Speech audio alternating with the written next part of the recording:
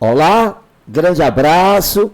Estamos aqui mais uma vez em um momento especial aqui do Colégio Antares para mais um Altas Ideias, mais um podcast. E hoje estamos contando aqui com a participação muito especial. Primeiro, um grande abraço. Natália Oliveira, muito obrigado pela sua presença. Oi, tudo bem, Gugel? Tudo bem, e você? Tô bem também, graças Obrigado. a Deus. Francisco Neto, talentoso. Tudo bem, Francisco? Saudações, Gugel. Muito obrigado, viu? Olha. Eu que agradeço o senhor por estarmos aqui. Tá, e a escola também agradece, viu? Deixa eu primeiro só dar uma informação. Olha, a humanidade hoje está muito preocupada com um detalhe importante para a manutenção da qualidade de vida humana. É que o impacto do homem nos equilíbrios ambientais data desde a aparição do homem na Terra. E o que é que a gente tem observado? O homem tem atuado sobre o planeta como predador, um poluidor, um comensal, um parasito. Ora, se o meio ambiente oferece tudo que nós precisamos, então nós, como heterótrofos, devemos, no mínimo, conservá-lo. Não é? E esses jovens aqui, talentosos, estão preocupados com essa questão ambiental. Natália, diga-nos algo assim que preocupa você, como estudante, também como um representante deste habitat. Bom, Gugel, eu sou muito preocupada com a questão das emissões de carbono. Então, o carbono, como você sabe, ele é uma substância, um gás que ele já é natural do meio ambiente. Só que tem um problema. Ele em excesso não dá certo, né? Por quê? Porque tudo em excesso, aquela frase de mãe, tudo em excesso é veneno, né? Tudo demais é veneno. E o que acontece? O CO2, ele vem sendo, nos últimos anos, muito emitido pelos carros, por combustíveis fósseis, por indústrias. E, assim, ele é um combustível que ele tem pouco tempo na atmosfera, ele tem mais ou menos 100 anos, eu acho que ele é o que tem menos tempo. Porém, por conta da emissão dele ser constante, eu acho que, eu não tenho o valor exato, mas é muito que se emite por ano, por conta dos carros e das indústrias. Ele acaba por se acumular muito. E por causa dele ser constante, acaba que esse tempo de 100 anos fica, né, muito cheio. Então, ele acaba prejudicando o ambiente, agravando diversos meios. Muito bem. Natália, eu vou dar uma informação diante do que você comentou aí, tá? Então, ao meu ver, esse problema tende a se agravar. Por quê? Você disse que ele é algo útil também, não é? Então, a alga, a planta, vai sequestrá-lo do meio para o processo fotossintético, não é? Sim. Mas os desmatamentos aumentando muito, facilita muito mais o acúmulo dele, não é? Sim. Francisco, deixa eu te pedir uma opinião. Sim. Ele aumentando muito, isso pode trazer uma série de problemas, não pode? Obviamente que sim. Primeiro que a questão do efeito estufa, né?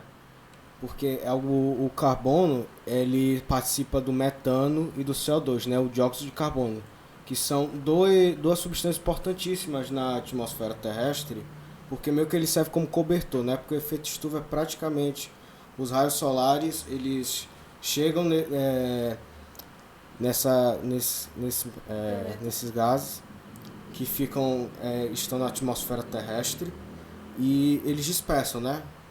E acaba que também, pelo calor, pela temperatura, acaba que eles vão ficando mais agitados, né? As moléculas vão ficando mais agitadas.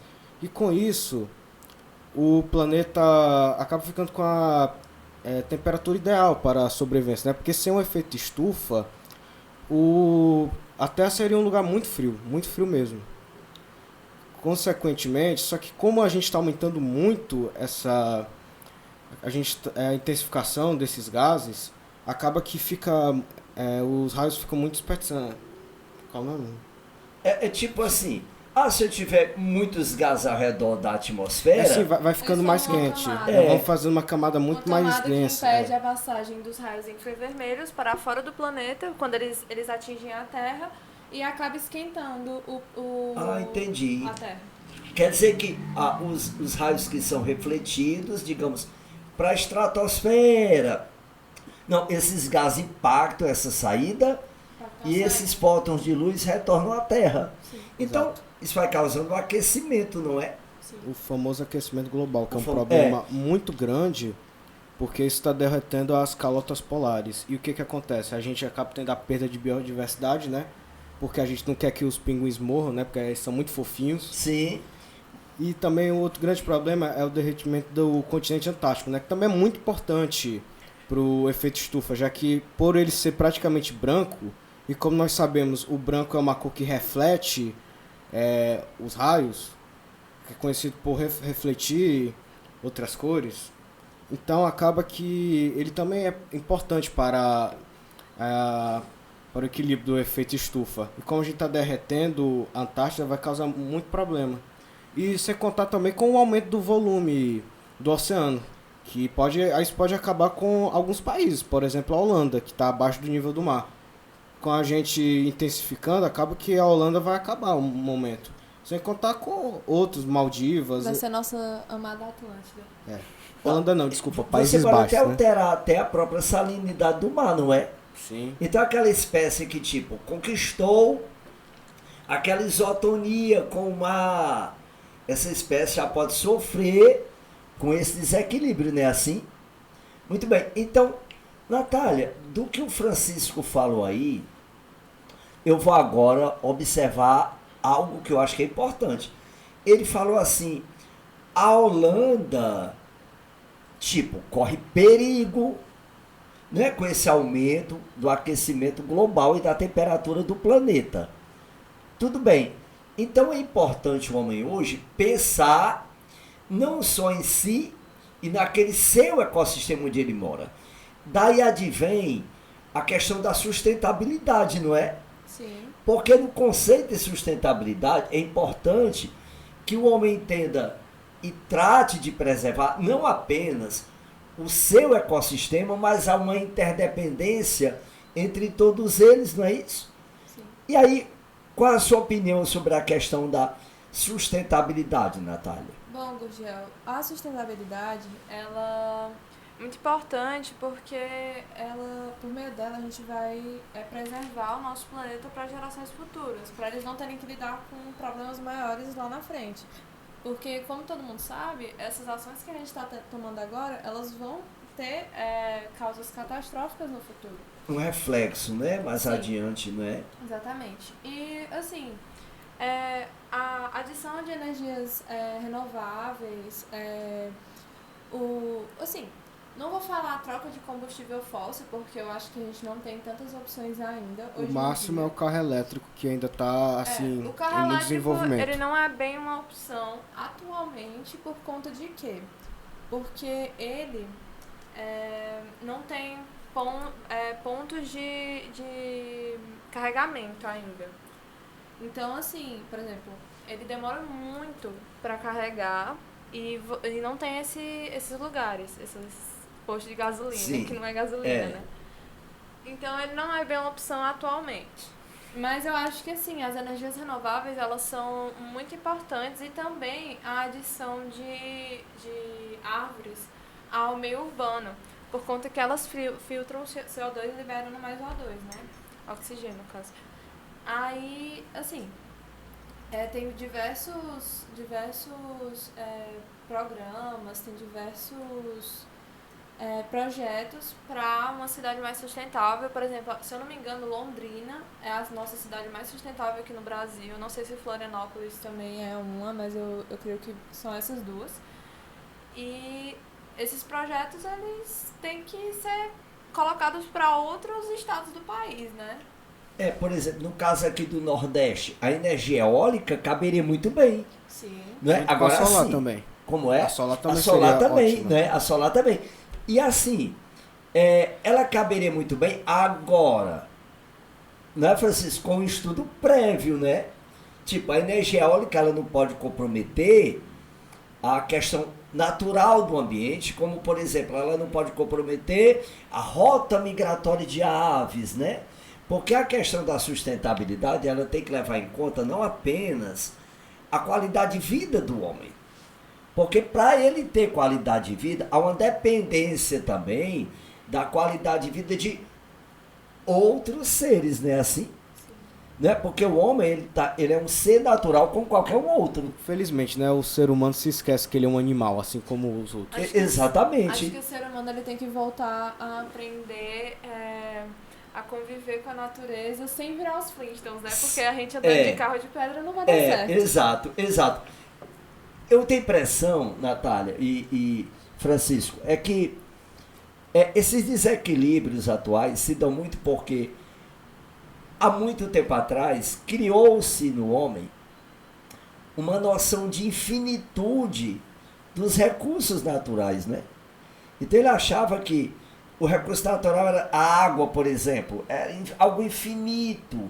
Água potável não altera sua qualidade, sua quantidade, né? Então passou a partir daí a jogar esgoto e lixo demais. E aí, agora o que é que ele está precisando fazer? Adotar com o conhecimento dele como reverter este quadro, né? Como ter agora um rio viável, com a sua qualidade de vida e aí sucessivamente, né? Mas ainda bem que há pessoas como vocês preocupadas com isto. O lixo é preocupante, não é? Sim, Com certeza. Não é? O que era que eu poderia fazer para diminuir o impacto do lixo? Assim, né? O principal pode ser a reciclagem, né? Ou mesmo fazendo o básico, jogar o lixo no lixo. Só que aí vem um problema, né? A gente, quando joga o lixo no lixo, a famosa frase, a gente não acaba com ele. O que a gente faz é deslocar. Então, isso acaba gerando, né, os lixões, os aterros, que são grandes poluidores, assim, né?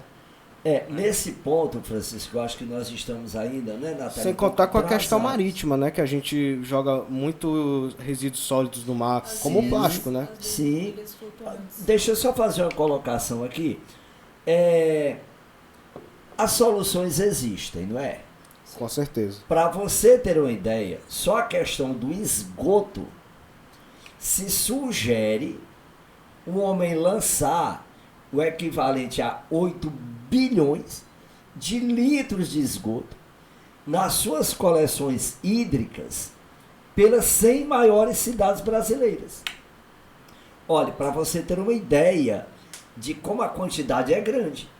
Mas aí você poderia, por exemplo, tratar esta água, não é? Com certeza. Mas, Francisco, agora você me chamou a atenção para um detalhe. Porque você veio falar aí do plástico. É tão preocupante assim, é? Olha, vamos se lembrar aqui que, primeiramente, o plástico ele é feito a partir de petróleo. O petróleo é um hidrocarboneto. Então, a gente já está poluindo na construção do plástico, né? Com a questão da utilização da energia, do petróleo, para a gente já utilizar ele para criar o plástico. Enfim, foi o que a gente falou do efeito estufa. Mas o principal problema de verdade do plástico é porque ele não é um material biodegradável. Ou seja, né, ele não entra em decomposição normalmente no meio ambiente. Demora muito tempo para ele se decompor. Assim, dizem que é cerca de 400 anos, mas o ser humano não tem certeza. Se duvidar, foi o que eu vi até em um vídeo, né? O primeiro plástico ainda deve estar aí. Então, demorado que é. E com isso, a gente vai acumulando muito, muito mesmo. E o que mais sofre disso, porque o plástico está em todo lugar, né? Ele pode estar no ar, tá na terra e principalmente na água, que é o maior problema, né? Ou, por exemplo, já está tão... como nós podemos dizer, danificada, a água já é tão... Poluída, né? Poluída nessa questão que já está se formando ilhas flutuantes de plástico, né? De matérias que são menos densas que a água. Um exemplo disso é a mancha de lixo do Pacífico, que é tão grande que cabe 3 territórios da França nela, equivalentes à França. E vamos também falar que os plásticos menores ainda, os plásticos quer dizer que tem maior densidade, né, que caem na água, que não flutuam, às vezes pode vir um animalzinho comer achando que é um alimento, né? Como por exemplo aconteceu recentemente com as tartarugas, que a gente teve que trocar os canudos por papel ou por algo metálico. E nem todas as marcas de suco, Eita, peraí. Mas nem todas essas marcas de suco, de bebidas, elas trocaram esse canudo por um de papel, né? Até porque tem muita gente reclamando que os canudos de papel eles são menos resistentes. Sim. Mas eu acho que dá pra lidar com isso, né? Porque é uma coisa assim pro meio ambiente mesmo. A educação das pessoas também contribui muito, né? Pra, tipo, evitar, Exatamente. só você evitar de jogar aquele plástico. Quanto a isso, lixo, eu tenho uma história. Quando eu era mais nova, eu tinha um amigo que, assim, minha educação foi de jogar no lixo. Aí uma vez um amigo meu tava lá na minha casa, aí ele pegou um plásticozinho que ele usou e tal, ele simplesmente jogou na rua. E eu olhei assim pra ele, assim, vai deixar aí, como é? Aí ele falou assim, não sei o que, não, vai buscar, não sei o que. E isso eu era bem pequenininha mesmo. Aí ele ficou com raiva de mim, assim, meu filho, o meio ambiente. Ela já tem a noção da sustentabilidade, né? Olha, deixa eu dar uma informação aqui. Em meio século, olha que número alarmante. Francisco e Natália. Em meio século, o homem chegou a produzir o equivalente a 8,9 bilhões de toneladas de plástico. Se eu for derivar o termo plástico, ele vem do grego, que vem de plásticos com K, que significa relativo à moldagem. O Francisco disse assim, Natália, o plástico está em todo lugar. É porque eu posso moldá-lo, não é? Exatamente. Ele pode ser do tamanho da forma que eu quiser. Um exemplo bem simples. Os carros antigamente, tanto poluíam mais, como também eram muito pesados, porque tinha muito ferro e aço. Muitas dessas partes foram trocadas pelo plástico. Então, assim, o carro ficou mais bonito, mais leve, mais econômico. Ninguém pode negar a importância do plástico, não é? Pois você acredita, Francisco, que deste número que você nos disse, desses 8,9 bilhões de toneladas de plástico no mar, 2,3 viraram lixo. É realmente uma situação muito complicada. E lembrar que também, isso aqui foi uma descoberta recente, né? Os plásticos, por eles serem muito duros, muito resistentes, acaba que mesmo eles se degradando, eles vão criar os microplásticos. Isso é um problema assim mundial, porque eles estão em praticamente todo lugar mesmo, como eu já havia comentado. E o que acontece? Talvez, vamos dizer assim, um crio como uma alga, e dentro dessa alga tem um microplástico, né, que é uma substância bem pequenininha mesmo. E o crio come, aí depois vai vir um peixe comer, aí depois esse peixe outro vai comer, o peixinho comer o crio, aí a gente come esse peixe. Aí o que acontece? A gente vai ingerindo o microplástico. Isso é assim, uma situação alarmante, porque a ciência ainda não tem noção do que isso pode causar, né? Sem contar também que já tem estudos, já foram identificados estudos que a placenta já tem microplásticos dentro dela, o próprio leite materno também, e a gente não sabe onde isso vai chegar, né? Estudos também foram feitos em camundongos, e parece que o plástico ele altera um pouco o sistema endócrino também, e os camundongos também ficaram menos estéreis, enquanto aqueles mais afetados pelo plástico. Muito bem, deixa eu fazer uma colocação em relação ao seu discurso, Francisco. Eu entendo assim, os problemas existem, mas o homem hoje, com o desenvolvimento mecânico dele atual, ele também tem solução para os problemas. Deixa eu dizer uma coisa para vocês aqui. Existe uma bactéria que ela é portadora de genes que expressam a síntese de uma enzima chamada petase. Então, esta enzima, ela degrada o politereftalato. Ou seja, a garrafa PET, em pouco tempo. Então, o que o homem poderia fazer? Isolar esse gene. Lembra da enzima de restrição, não é? ela tem uma sequência de bases adequada, ela corta aquele gene. Então aquele gene pode ser trasladado, por exemplo, para o plasmídio de uma bactéria, a qual ela vai produzir esta enzima em escala industrial.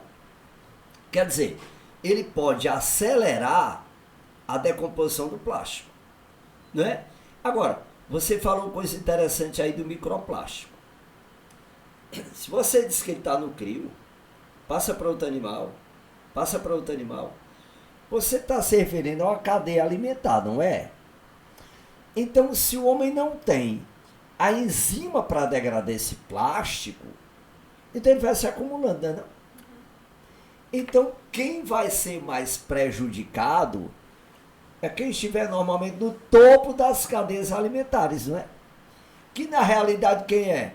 O próprio homem, não é? Que por sinal, Francisco, quem é muito comprometido com a presença do microplástico é justamente aquele nosso sistema que, juntamente com o endócrino, controla as funções orgânicas, o sistema nervoso. Né? Então, quer dizer, a solução existe, não é? Mas sabe o que é, Gugel? Essa questão da solução, acontece que sim, a gente tem várias soluções para diversos problemas, só que qual o problema?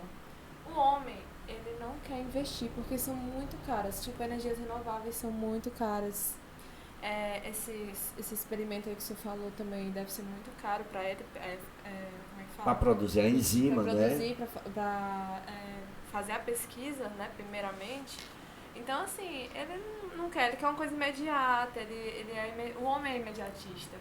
Então, o que acontece? Inclusive, o relatório de Brundtland, alguma coisa assim, eu não sei. Brundtland, não? Brundtland, enfim. Tudo bem. Ele fala sobre isso, essa questão, ele aponta para a questão de como o desenvolvimento sustentável, ele não bate com a economia consumista que a gente tem, entendeu? Porque assim, né? Então, assim, você está vendo o homem como um ser muito capitalista. Eu estou errado? Tá certo. Não, né? Mais que certo. Eu entendi no estudo da ecologia assim, Natália. O homem mudou muito. De quando ele era um nômade, um caçador, um migrador, depois que ele passou a ficar muito sedentário, muito fixo, ele foi se tornando também mais egoísta. Um exemplo é que, quanto aos combustíveis fósseis, o maior produtor, que eu creio, extrator de petróleo, é a Arábia Saudita, né? O que acontece? Eles não iriam gostar se o combustível fóssil ele fosse substituído por um outro meio. Por quê? Porque iria afetar na economia deles. A economia deles é baseada nisso, entendeu? Então, essa questão do consumo, da economia, ela está muito entrelaçada nessa falta de Consciência ecológica, digamos consciência assim, ecológica, né? e também porque é uma coisa que você demora para colocar na cabeça das pessoas. Sem contar que também não é só a Arábia Saudita, vários outros países dependem do petróleo. Por exemplo, a Venezuela, agora que está em crise, a economia dela praticamente antigamente era petróleo. É tanto que a Arábia Saudita, para ela ser o maior exportador, às vezes quando ela diz assim, não, a gente vai exportar menos porque tá acabando o petróleo, então eles acabam fazendo isso para aumentar o valor que eles Sim. ganhariam em cima disso. Sim. Entendeu? Sim, entendi. Eles são muito inteligentes quanto a Sim. isso. E o consumo não vai acabar tão cedo. Essa conscientização do homem não vai bater tão cedo assim na cabeça dele. Tem que ser uma coisa que você vai colocando na cabeça da pessoa por meio de educação. Entendeu? Por quê? Por exemplo, os 5 R's não é uma coisa que, por exemplo, eu pratico todo dia, não é? Porque eu não fui acostumada a isso, eu não fui acostumada a fazer isso. Eu acho que nem o senhor, nem o Francisco costumam fazer isso, usar os 5 R's. Então, nesse caso, deixa eu entender. Vamos então conscientizar o homem. Então você concorda que nesse ponto a escola acaba por ter um papel fundamental nesse sentido, não é? Com certeza. Mas conscientizar desde criança, não é? A Natália falou da noção de sustentabilidade que ela teve quando criança. Embora possa parecer uma atitude simples, a consciência ecológica parte daí.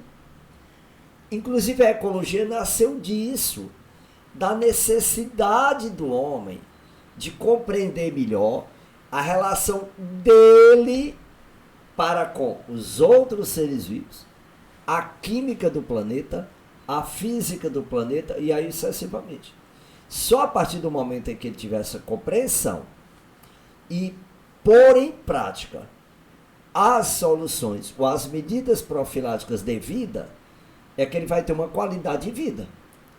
A gente pode citar aqui um país pequeniníssimo, mas que ele é perito, né, nesse sentido de ecologia, de lixo, dele acabar com lixo, que é Singapura.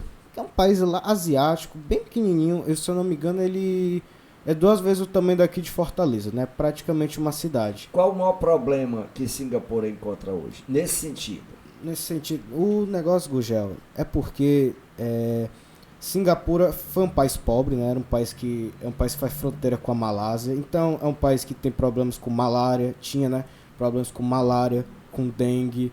E com essa questão, agora eu não vou me lembrar o nome, o primeiro-ministro de Singapura, de muitos anos atrás, Lee alguma coisa, não vou me lembrar o nome completo dele, peço perdão, mas ele criou, né, uma campanha chamada Singapura Mais Limpa, algo assim do tipo.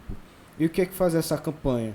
Eu já ensinava o básico assim de tirar o lixo, né? Porque, por exemplo, como eles também sofreram muito com doenças de mosquitos, e os mosquitos costumam atacar mais esses locais mais sujos. Por exemplo, o Brasil até hoje sofre muito com a questão da dengue, né? E Singapura acabou praticamente dessas doenças hoje em dia no país. Porque ele fez campanhas, como por exemplo, até uma campanha simples, que ele pediu que no final das aulas lá, tanto os professores quanto os alunos limpassem a escola. Então, com essas campanhas de pouquinho em pouquinho, a gente vai conseguindo tornar o mundo mais saudável. Isso, o Japão, eles desde das Olimpíadas, né? Na Copa, né? A gente viu na Copa, limpando as coisas, né? Quando eles vieram pra cá, parece que eles fizeram a mesma coisa, né? Eles olharam assim pra gente. E limparam tudo. Bacana, né? Muitos educados asiáticos, né? A gente tá aqui, o Brasil tá aqui, os asiáticos já estão em outro mundo nessa questão. Os asiáticos usando máscara, quando estão doentes, a gente... Sim. E o detalhe, olha, nesse caso aí de Singapura, como é que você vai evitar? E olhe que a informação que eu vou dar é algo até muito básico. Como é que você vai evitar, por exemplo, a transmissão de um número grande de doenças que, por exemplo, tem um inseto como vetor mecânico, adotando um saneamento básico. Obviamente. Não é? E o saneamento básico é algo tipo, em vez de colocar aquela matéria orgânica biodegradável, por exemplo, ou no mar, ou em um rio, ou na lagoa, coloca no biodigestor. Pronto. Aí, em termos econômicos, Natália, a fermentação daqueles micro-organismos naquela matéria orgânica, você vai dizer assim, mas o já não vai liberar metano? Mas um biodigestor faz com que esse metano não seja liberado para o ambiente. Inclusive, aquela matéria, depois de fermentada, poderia ser até utilizada na agricultura para a fertilização dos solos, né? Então, o saneamento básico, e o detalhe para você ter ideia, né? O saneamento básico, ele acabaria com um número muito grande de doenças, inclusive de origem hídrica, né? Aquela doença contida na própria água. Aí entra em jogo a questão do poder público, né? Aquele governante, como o ministro que você falou aí, ter a iniciativa, né, de, ao ser eleito, realmente pensar na qualidade de vida da sua população. E lembrando que Singapura também é muito rígido com a questão do lixo, né? Tanto que dizem que se você, por exemplo, não der descarga quando você usa o banheiro lá, você pode ser multado. E a multa é bem cara. Tá. Muito bem. Existem situações muito básicas, mas que tem, até com a educação das pessoas, um valor ambiental inestimável. Não é? Deixa eu dar uma informação de novo em relação à questão do plástico que você falou, tá? O plástico em si, quando você coloca algo quente nele, um líquido quente, boa parte de substâncias tóxicas do plástico são eliminadas para o líquido, né? E você falou algo que me chamou a atenção. Pode comprometer até a questão hormonal. Em outras palavras, o plástico tem alquifenóis, fitalatos, é uma série de substâncias químicas bem diversificada que leva à interferência do sistema endócrino, compromete a produção e a liberação de certos hormônios. Né? Por isso que eu costumo dizer assim, Natália, adote na sua casa, na escola, um copo. Exato. Desde que não seja um copo plástico.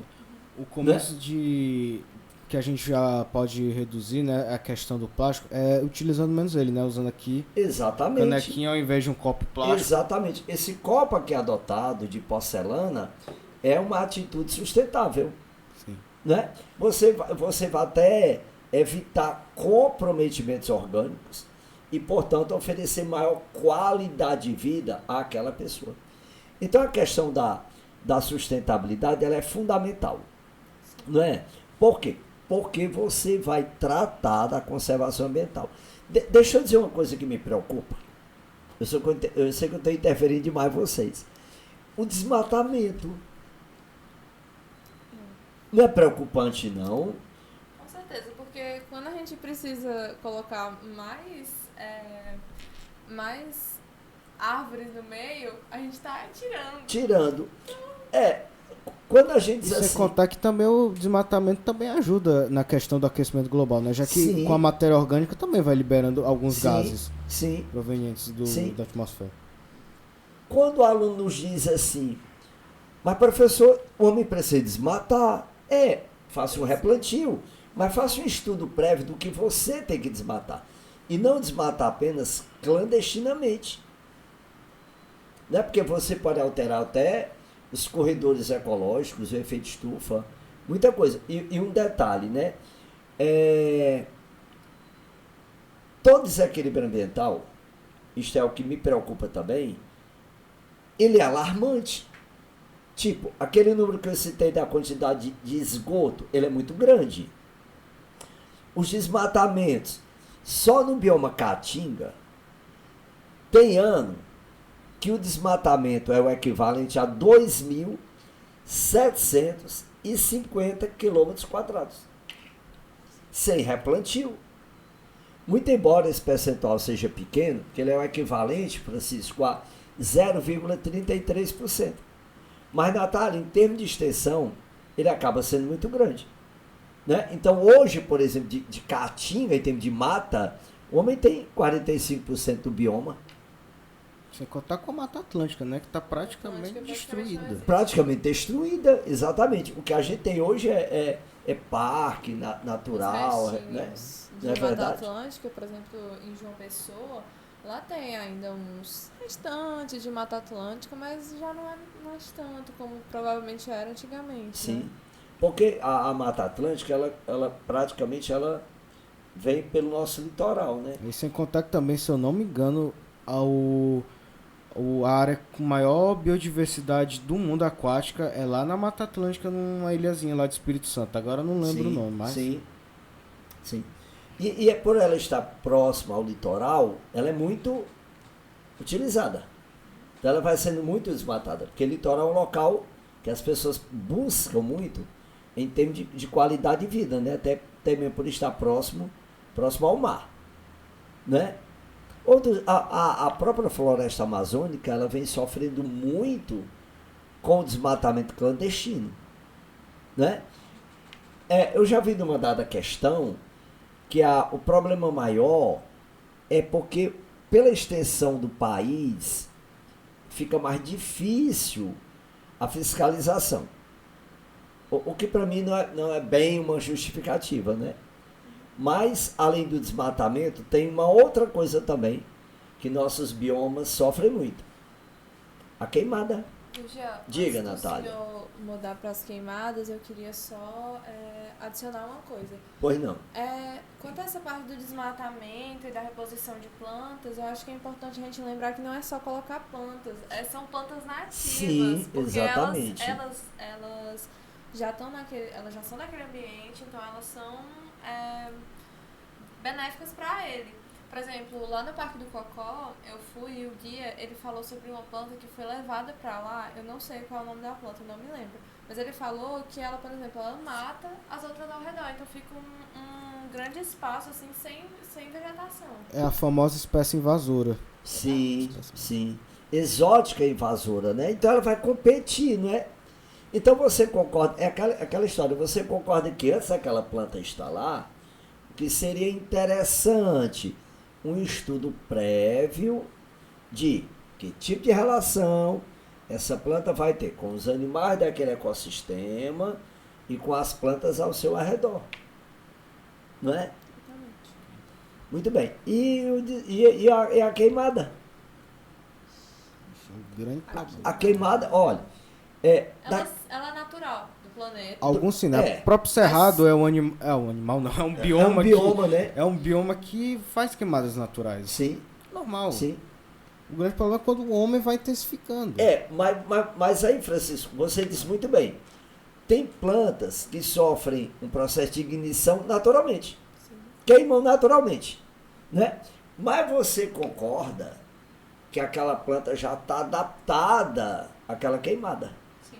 Inclusive, eu estava falando hoje com a Adriana, eu tive 2 aulas com ela, e eu perguntei para ela, Adriana, as queimadas naturais, óbvio, qual é o benefício delas? Ela falou que é para floração, porque tem algumas sementes que elas só florescem se elas forem queimadas antes. Exatamente. Aquela planta desse bioma está adaptada a isto. Né? Porque a questão do florescer, por que ela é importante? Porque da flor, de onde vai ser eliminado o grão de pólen. Não é? E aí tem a questão da temperatura, que é fundamental na questão do florescimento. As plantas do cerrado tem também um suber, que protege normalmente os tecidos mais internos da planta. Como também tem um xilopódio subterrâneo, que também resiste a algumas queimadas. Né? Mas, Francisco, você disse muito bem. O problema não é a queimada natural. É a ação antrópica, né? Porque o homem usa aquela queimada não só para obter o espaço para a agricultura, por exemplo, o pastoreio, como também até para a caça. É o que também isso afeta muito a biodiversidade do país, né? Sem contar também que, além disso, isso vai danificar muito a questão dos animais que vivem, porque tem muitos animais que precisam, né, de árvores, que funcionam como habitat, né? Pássaros, próprios saguis, os primatas. Sim, sim. E também isso vai afetar muito a questão da fotossíntese, né? Com isso a gente vai perder bons agentes. Eu sei que as algas e as cianobactérias são as principais agentes que realizam a fotossíntese no mundo. Mas as plantas também são importantes, não devemos pensar apenas nelas. Claro. Porque aí você desmatando, você está excluindo a nidificação, não é? E nos estudos de cadeia alimentar, todo indivíduo é importante. Ou para atuar como presa, ou para atuar como um predador, não é? A gente costuma dizer assim, o próprio dossel, aqueles substratos mais altos de floresta, é palco da moradia, né, de uma série de primatas, como também de aves. Né? Então você disse muito bem, Francisco, é reduzir e muito a questão da biodiversidade. Né? Então uma fiscalização nesse sentido seria bem interessante, não é assim? Deixa eu fazer mais uma colocação antes de eu fazer outra interrogação aqui a vocês.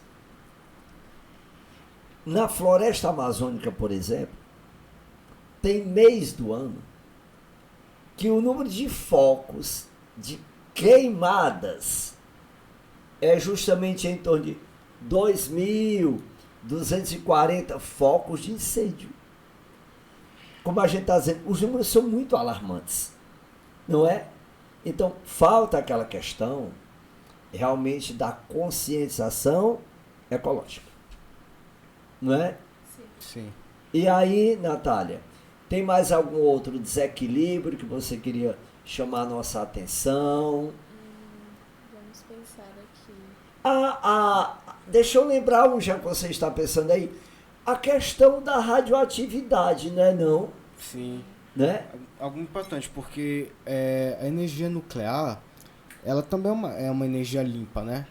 Ela não causa problema, ela não libera gases tóxicos, como, por exemplo, o petróleo, quando a gente vai produzindo energia. O que a gente pode usar como uma boa solução, né?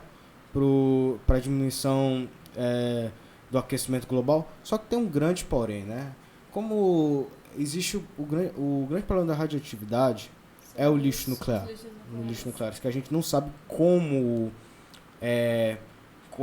descartá-los naturalmente.